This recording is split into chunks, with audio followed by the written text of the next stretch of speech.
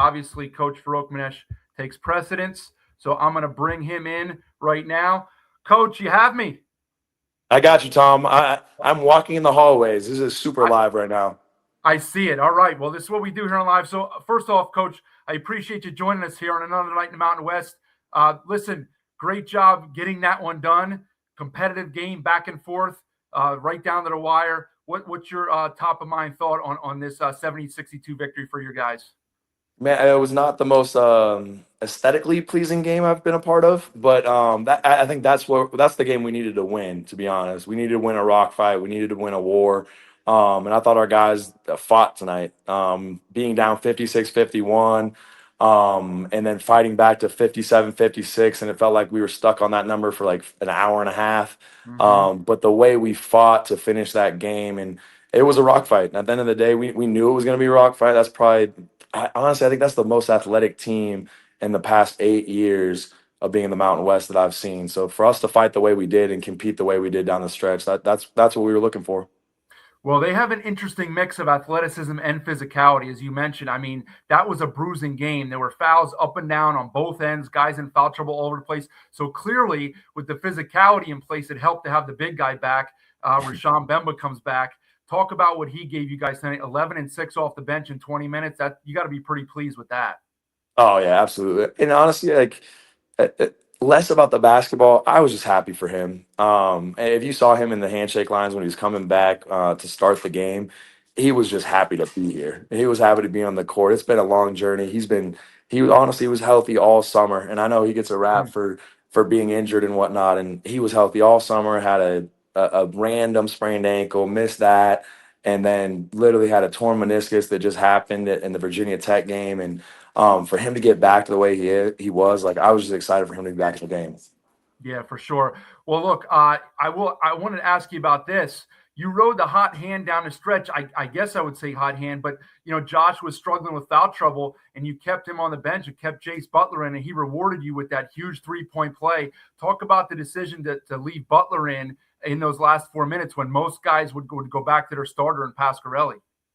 I think honestly we have depth, and I trust our depth. And Jace was playing well at that point. I just trusted him on both ends of the floor, and I felt like Josh got stuck in a bad spot where he got stuck on the bench a lot just because of the foul trouble that he got in. Mhm. And Jace was just in a better rhythm, and I thought as a group they were in a good rhythm, and I didn't want to mess that up at that point. And once we got the lead, I really felt like we had to guard on that end, and having Jace in there as a bigger defender to help rebound and whatnot was necessary for us too. And Josh finally got his 1,000th point, and I Yep. think you know how that goes. That is a huge monkey on your back That's awesome. sometimes, and I think Yep. I think he felt that, and I'm happy he got that done. So now he can just play loose and not worry about it anymore. But no, huge credit to Jace for the way that he showed up and his presence on the court. You felt it the whole game. Hey, and your guy Jevin Muniz showed up in the second half. I thought Yeah. Jevin was huge. Like in the first half, he got in that foul trouble, and you know how hard it is to bounce back after you get those early fouls and sit for a long time. And we've Mhm. been challenging him to move on to the next play, and he moved on in a huge way. It was plus 18 on the score sheet, and I thought he was massive down the stretch for us. Yeah, he had a couple nice assists that set guys up for three, couple impressive passes, and then of course that little fadeaway at the back end of the shot clock. So, look, I say this all the time. You guys get this reputation for this up and down, free flowing style of offense because you make the shots and it's all splashy. But you played a very slow tempo, and as you mentioned, the rock fight. You won a defensive first game tonight. You switched some defenses up down there in the late in the second half, and I thought it caught UNLV off guard. They threw the ball away a few times.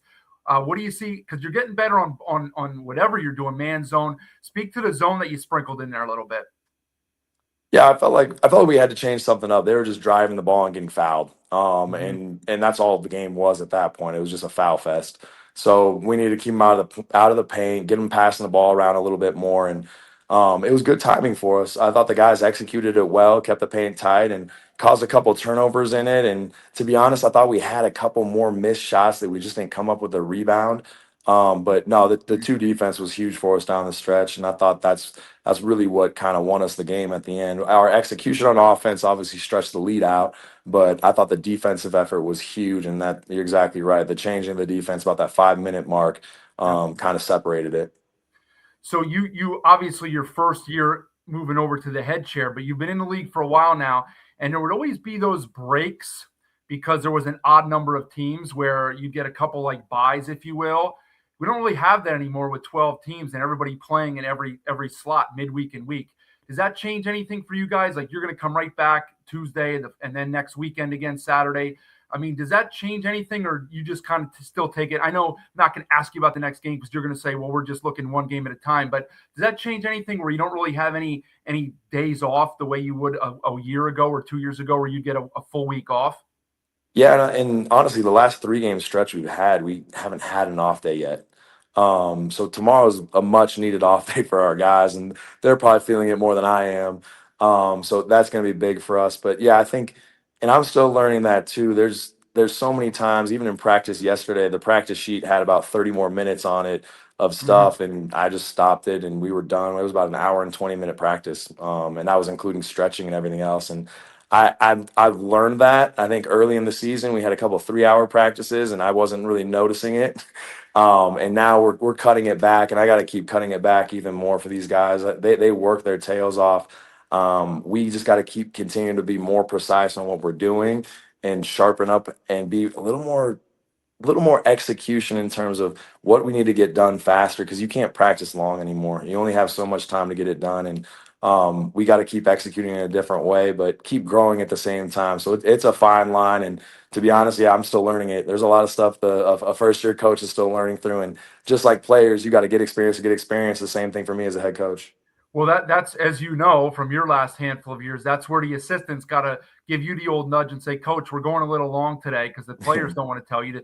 You got to get the assistants to give you a little nudge and tell you that that's what's going on. But listen, Coach, you got to 2-3 here in league play. You've played. I don't want to separate the teams to coaches in terms of tiers, but you really haven't had any breaks yet. You played teams right near the top of the conference. We're a quarter of the way through the season. As we get into this second group of five, if you will, to get to the halfway point, what's one thing that you're looking for from your group to kind of keep improving here as we get to the midway point of the season? Get healthy, and then honestly, I think just keep growing. They know exactly. We've been very specific and intentional about how each person needs to grow in different areas, and I thought everyone did that tonight, and that was impressive. I thought everyone made the steps and progress individually that helped our team grow. So as a group, I think we need to keep executing at a higher level. We know what people are going to do to us defensively. Mm-hmm. We have to fight a little harder to execute on offense, and that's some of that's timing, right? And we've had different lineups. I mean, Augie hadn't played the five all season Yep. until Cal got hurt at Utah State, and so him adjusting to that and the timing of the flow of our offense, that's the biggest thing to me is we got to get back to flowing in offense. The defense has gotten better. It really has. It's gotten a lot better, and we've had games where we've guarded well. I mean, honestly, Nevada, Grand Canyon were basically the same defensive games. We just didn't finish possessions against Nevada. So they're buying into it, and I like where we're heading. We got to keep growing on defense, but this is a long-winded answer for we got to just keep getting better. Yeah.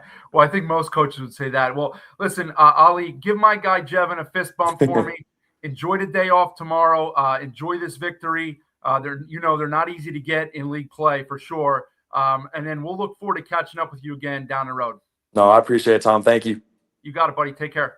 You too.